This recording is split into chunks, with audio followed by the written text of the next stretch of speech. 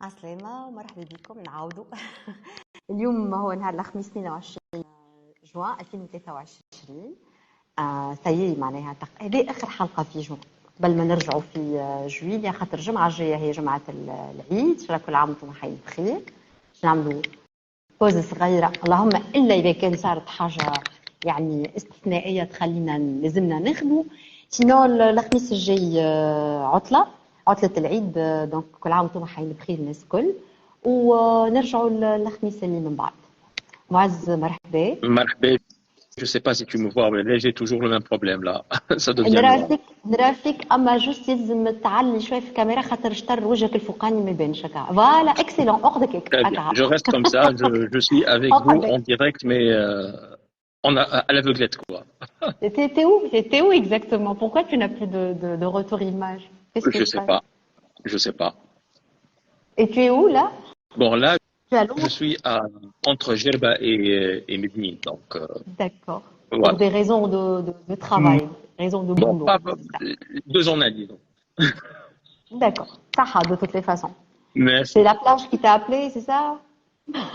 Non, non, pas, mais besoin de changer un peu d'air et il y D'accord. a du travail, donc c'est tout à la fois quoi.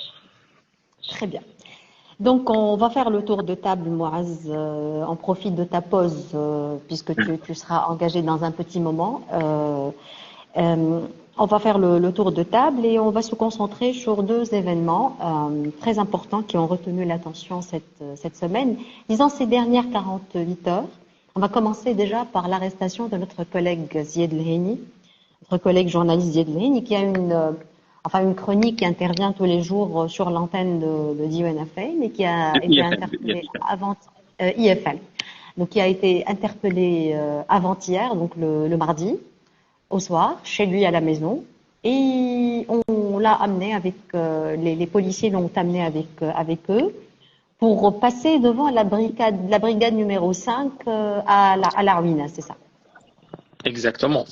Tu, Bon, tu es en train comme de tout le... bouger le téléphone, donc reviens comme tu étais, s'il te plaît. C'est bon? Non, non, un peu sur ta droite, sur ta gauche, sur ta gauche, sur ta gauche. Voilà, encore un peu sur ta gauche. Encore Voilà. un peu sur ta gauche, et voilà. C'est Le pas toi live, qui dois bouger, c'est le téléphone, il doit oui. glisser un peu vers ta gauche, voilà. Voilà. Voilà. Donc, comme tout le monde le sait, Zied, c'est un journaliste. C'est pas moi qui va présenter Zied Elheni. On connaît tous ses positions en ML, même avant la révolution. Un journaliste qui défend la liberté d'expression, un journaliste qui défend la liberté de la presse. Donc, c'est pas moi qui va parler de l'histoire et l'historique de Zied Elheni. Zied, il a une chronique tous les jours. Donc, c'est un chroniqueur à l'émission Émission Impossible sur IFM. Il a expliqué avec sa manière, son style journalistique, donc le fameux Amr Mouhash ضد رئيس دولة. Donc ce texte qui n'est pas explicite au niveau de notre juridiction tunisienne, ce Amr Mouhash n'est pas, c'est porté atteinte au président de la République, n'a jamais été expliqué. Il n'y a pas d'acte qui explique ce fameux Amr Mouhaj. Il a essayé de l'expliquer avec sa manière et il se retrouve le jour J arrêté, ML. Mais bien sûr, je ne vais pas redire, donc on est habitué maintenant par tout ce qui est vice de procédure. Donc la police qui se présente à la maison de Zied Elheni pour lui présenter une convocation pour qu'il va à la ruine pour interrogatoire, il lui présente la convocation et il est arrêté au moment où il reçoit la convocation. Et on a parlé, tu te rappelles, avec Ilyes El-Gharbi et Haïssam El-Makki. Donc la rapidité d'exécution des décisions judiciaires, c'était 16, 17, 18, 19, 4 jours de suite. Pour Zied Elheni, on ne parle plus de jours, là, on parle d'heures. L'émission le matin, l'arrestation l'après-midi, et on sait bien tout ce qui s'est passé. Donc il y a eu un mandat d'arrestation, donc après interrogatoire à la WINA, et aujourd'hui, heureusement que Zied Elheni il est libéré par le procureur, donc par le parquet, mais ML, le plus dangereux pour moi, c'est que l'affaire n'est pas terminée. donc Zied El-Hani, va être devant le tribunal, devant le juge, en liberté, d'accord, mais donc l'affaire de Zied El-Hani, et c'est une affaire qui est basée sur des propos d'un journaliste sur une antenne, et on nous dit qu'il n'y a pas danger envers la liberté d'expression et envers la démocratie et envers la liberté d'expression. C'est Malheureusement, surtout donc, envers la liberté de de la la presse. presse. C'est la profession de Et, journaliste qui est menacée là.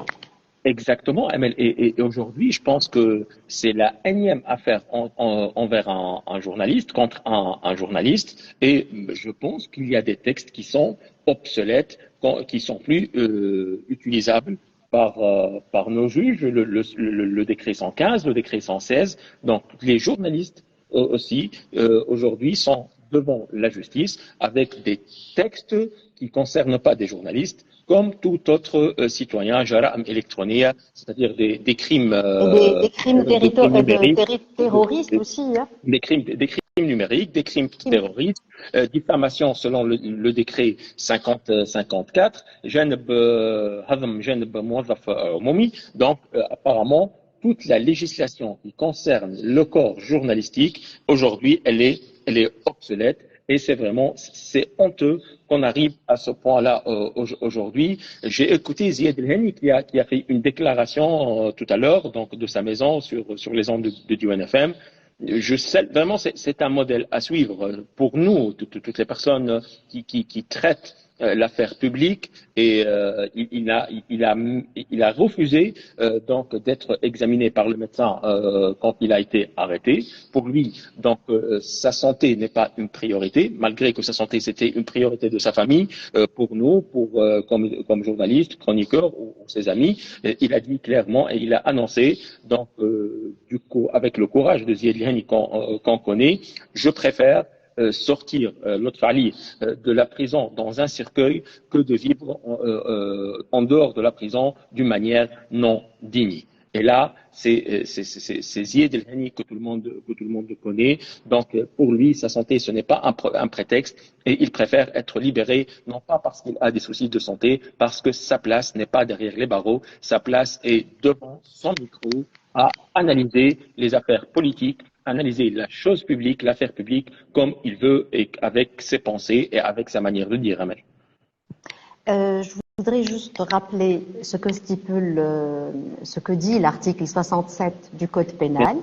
Justement, c'est l'article relatif à ce crime de Amr Mouhch, offense contre le chef de l'État, est puni de 3 ans d'emprisonnement et de 240 dinars d'amende ou de l'une de ces deux peines seulement, quiconque.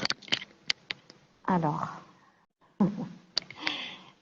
Une seconde, parce que, voilà, quiconque, donc, hors les cas prévus aux articles 42 et 48 du Code de la presse, seront coupables d'offense contre le chef de l'État. Exactement. Je voudrais rappeler que le décret 115 concerne toutes les fautes professionnelles incriminées que peut commettre un journaliste au moment de l'exercice de son travail. Et donc, nous sommes devant devant plusieurs textes qui sont contradictoires, qui s'opposent, et dans le cas de l'espèce, normalement, c'est le texte spécial qui devrait s'appliquer, c'est-à-dire le décret 116. Voilà.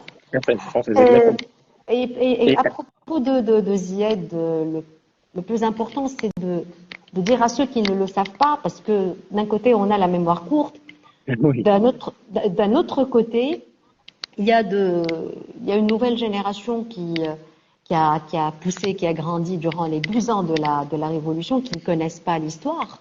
Et donc, il faut justement rappeler tout le courage et toute la force de Zied El-Hani avant 2011, c'est-à-dire avant la Révolution, quand les choses étaient très dures, quand le régime s'est endurci, et comment Zied El-Hani avait un blog dissident où il publiait des articles pour dénoncer les dépassements et comment dire le bafouage de la loi que commettaient et que faisait le régime de Ben Ali, ils n'avaient pas peur. Voilà. Ziad El-Hani, il était au syndicat des journalistes, le lieu où tu es maintenant, ML, depuis les premiers jours de la révolution. C'était le mois de décembre, et il y avait une vingtaine de journalistes, je pense, à la SNJT. C'était le début de la révolution, et il a parlé de la révolution, et il a incité les journalistes tunisiens à couvrir ce qui se passe à Sidi Bouzid, à Argheb, à Gasserine, à Tella, etc. Donc, on ne peut pas oublier ce genre de position de Ziad El-Hani. Et je pense qu'il y a malheureusement une certaine schizophrénie sociétale, ML, malheureusement, qu'on est en train de vivre à nos jours. Il ne faut pas oublier qu'est-ce qui s'est passé. Donc, quand on parle de ce fameux Ammar Mouhache, ce qui s'est passé avec Monsef El Marzouk, et donc on a dit sur les réseaux sociaux, sur les plateaux TV, sur les radios, tout ce qu'on peut dire et tout ce qu'on ne peut pas dire à propos de Monsef El Marzouk. Il était le président de la République. Il était président de la République. République. Exactement.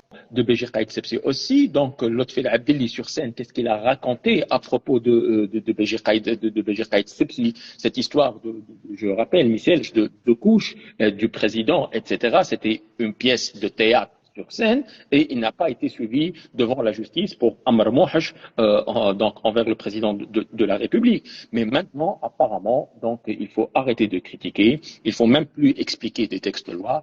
Mais je pense, Amel, donc avec toute analyse crédible possible, aujourd'hui, le métier de journaliste est un métier, je pense, à risque, et que toute personne journaliste indépendante court un risque en analysant la scène politique, en analysant ce qui se passe en Tunisie. Je pense que tout journaliste et toute personne qui apparaît dans les médias doit être prête à tous les scénarios. Malheureusement, c'est un effet boule de neige qui est en train d'être fait. Et après Monia Arfeoui, après Nizar Bahloul, après la liste est longue, je me rappelle plus.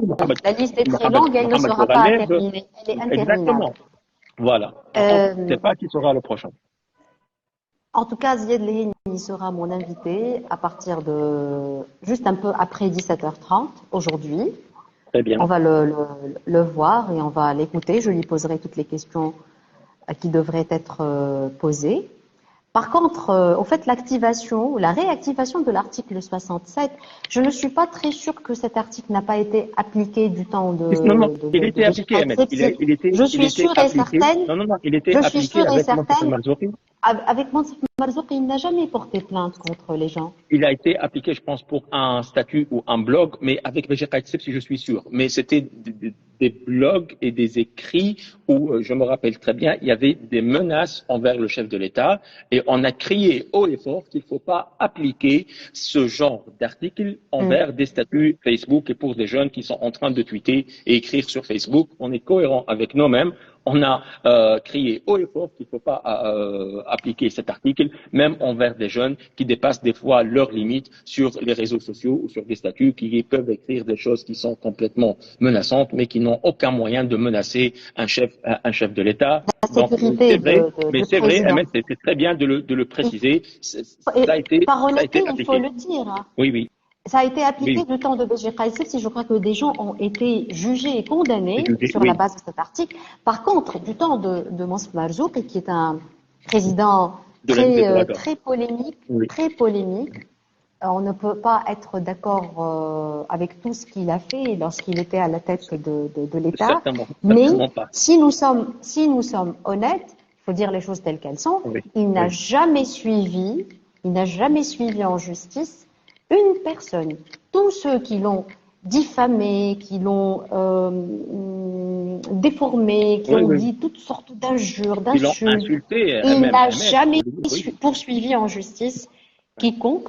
Et maintenant, pour le président Kais Saïed, je voudrais juste rappeler, parce que encore une fois, nous avons la mémoire très courte, que l'article 67 et que ce crime d'offense contre le chef de l'État, qui est très,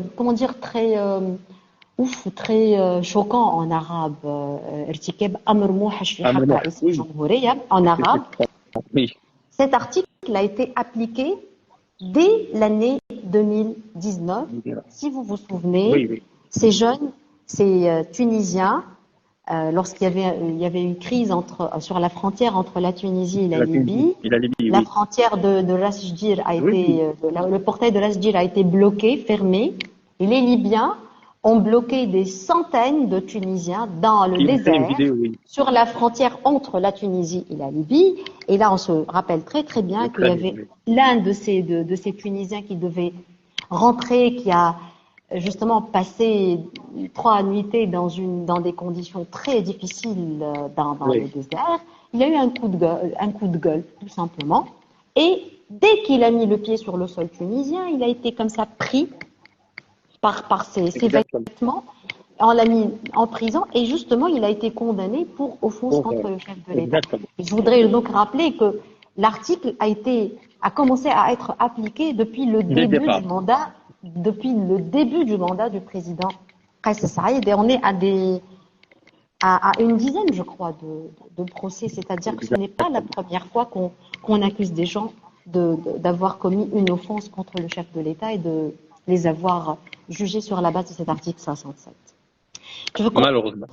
on passe à la deuxième actualité, puisqu'on parlait du président Kais Saïed, qui s'est rendu hier à Paris pour participer à ce sommet pour un nouveau pacte financier mondial.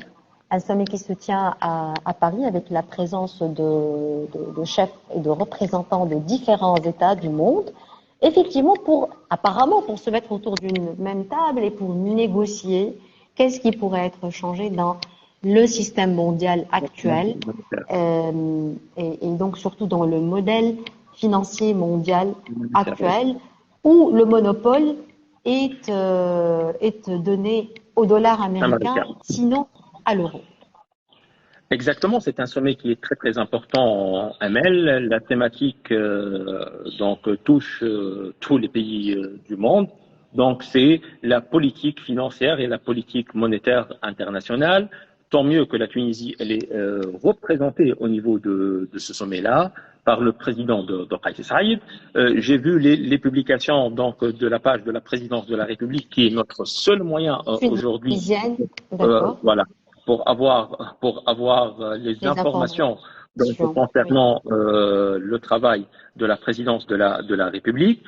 Bien sûr, donc le discours de Kais Saïed et la philosophie de Kais Saïed qu'il faut changer le mode et qu'il faut changer tous les modèles économiques, les modèles monétaires, les modèles donc des affaires sociales, etc.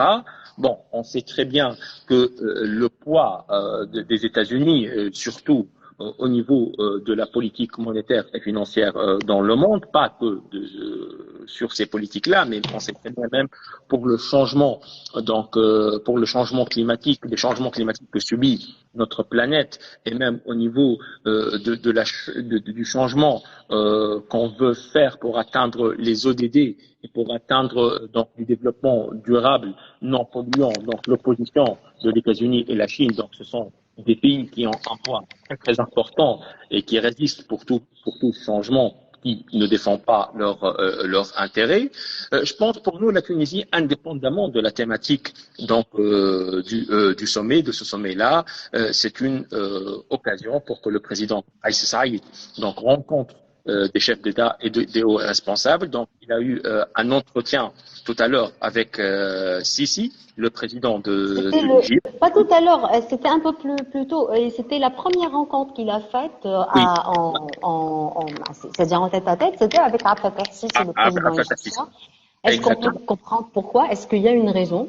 Pourquoi Je sais pas. Je sais pas s'il y a une raison. Je pense pas. Pourquoi? Je pense pas que le choix il a été fait pour passer un message politique. Mais bon, le communiqué officiel, alors là, c'est un communiqué diplomatique, donc pour le partage d'expériences et donc renforcer les relations bilatérales entre les deux pays. Il n'y a pas de choses qui sont très concrètes. Mais ce que j'attends personnellement, et je pense que ça sera très pertinent au niveau d'autres rencontres peut-être qui auront lieu, la position qui change, à mon avis, d'une personne à une autre, que ce soit le président de la République ou l'un des membres du gouvernement, par rapport à la situation financière en Tunisie, par rapport à la crise financière en Tunisie, par rapport au prêts au crédit du Fonds monétaire international FMI et la question de migration donc qui se pose à chaque fois. Est-ce que ça aurait un impact donc ce changement avec les changements politiques déjà qui se passent dans le monde et Tu surtout ce qui as vu intéresse. la déclaration d'Emmanuel Macron, le président Oui, français, exactement, à la marche du exactement. sommet, qui a parlé de la Tunisie, qui a dit que la France s'aligne sur la position des Italiens et Exactement. il faut justement trouver une solution immédiate pour accorder Voilà. une partie du prêt à la Tunisie À la Tunisie, voilà. sans poser de conditions préalables par le FMI. Exactement, exactement. Et ce que il y a une autre déclaration aujourd'hui, Emel, qui est très très importante, je pense, de Jean-Luc Mélenchon.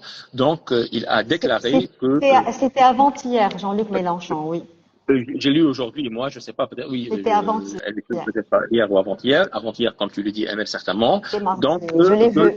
voilà, que la Tunisie sera un sol de réfugiés et de camps de réfugiés, ce qui De est très rapatriement. inquiétant. Voilà, ce qui est très inquiétant pour nous. Mais malheureusement, par rapport à la politique monétaire, par rapport à notre situation financière, par rapport à tout, on n'a pas aucun document écrit de notre président ou de notre gouvernement qui nous explique où on va, Amel. Donc, qu'est-ce qu'on présente au Fonds monétaire international? Donc, Blinken, il dit que la Tunisie, entre guillemets, peut revoir sa copie et peut-être il y a certaines choses qu'elle peut pas faire aujourd'hui et que les Tunisiens n'acceptent pas, comme la caisse de compensation touchée à la compensation ou comme certaines entreprises publiques, mais on ne voit pas de réaction de notre président ni de notre gouvernement. L'année fiscale, quasiment, donc on a passé la moitié de l'année fiscale. On a un déficit budgétaire qui est très très important au niveau de notre budget de 2023 et malheureusement, on n'a aucune solution. Donc par rapport à ce sommet et la présence du président qui est le chef de l'exécutif donc en Tunisie, qu'est-ce que ça va apporter ce sommet à la Tunisie à part des discours et des déclarations? C'est la grande question. Peut-être on aura la réponse après live. On verra bien. De toute façon, on va suivre le sommet qui se tient aujourd'hui et demain, je crois. Attends, je Et vais te demain, dire, oui. j'ai les dates devant moi. Donc, donc c'est les 22 et 23 juin C'est aujourd'hui. 2023, justement au Demain.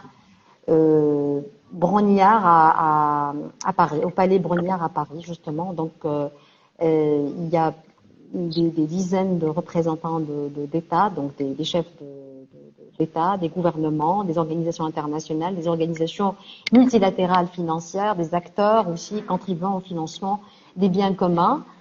J'imagine que le FMI et la Banque mondiale Oui, oui. font Ils sont partie présents, oui. de Oui, ce rassemblement. oui. Et donc, on verra comment vont se dérouler je ne sais pas, les débats, s'il y aura Oui. débat, Et les travaux de et les travaux de ce sommet. Et donc, ce qui est important pour nous, c'est ce qui sera prononcé par le représentant de l'État tunisien, le chef de l'État tunisien, Kais Saïed, justement, puisqu'il ne nous dit rien ici à l'intérieur du pays. On va essayer de chasser l'information, la bonne information, à travers ce qu'il va dire devant les étrangers sur un autre sol, sur le sol d'un autre pays. Voilà. Voilà. Merci beaucoup, Moaz. PML, Aïd Mabrouk, donc à Mabrouk. tous les gens Et qui me suivent on se verra dans 15 jours, Inch'Allah. dans 15 jours. D'accord. Allez, Voilà, puisque à très bientôt. jeudi prochain, je ôte les comme je vous laisse en liberté. D'accord. Je- On peut faire le live près du Qadid et Merguez et tout, donc c'est pas. Si tu as la force, je ne sais pas comment va être le temps, hein, parce que il y Oui, a un risque que ça sera un fourneau, quoi, ouais, un temps ouais, ultra chaud. Et je ne ouais. sais pas si on aura le souffle et la force de faire le live. Ok, d'accord. Merci Allez, bon beaucoup. séjour tu Merci as beaucoup. Tataouine, Merci. tu m'as dit, hein, Non, entre Medine entre et Medine Djerba. et Djerba. Donc, bon séjour. Merci, merci. Quel temps il fait là-bas? Il fait beau? Il fait très Il chaud? fait chaud, il fait chaud. Oui, il fait chaud. Très chaud, comme Ouais, la Tunis, donc. ouais. Bon Oui, oui. courage, Bon, à Djerba, c'est mieux. Donc, il y a évidemment, de l'air frais. évidemment. Mais là, voilà. Allez, Bon merci courage. beaucoup, Amel. Allez, À au très revoir bientôt. معز. au revoir معز. نرجع لكم بعد شوية في اللايف المهم باش يكون مع زميلنا وجيه الوافي من المكتب التنفيذي للنقابة الوطنية للصحفيين التونسيين. بعد شوية نرجع لكم.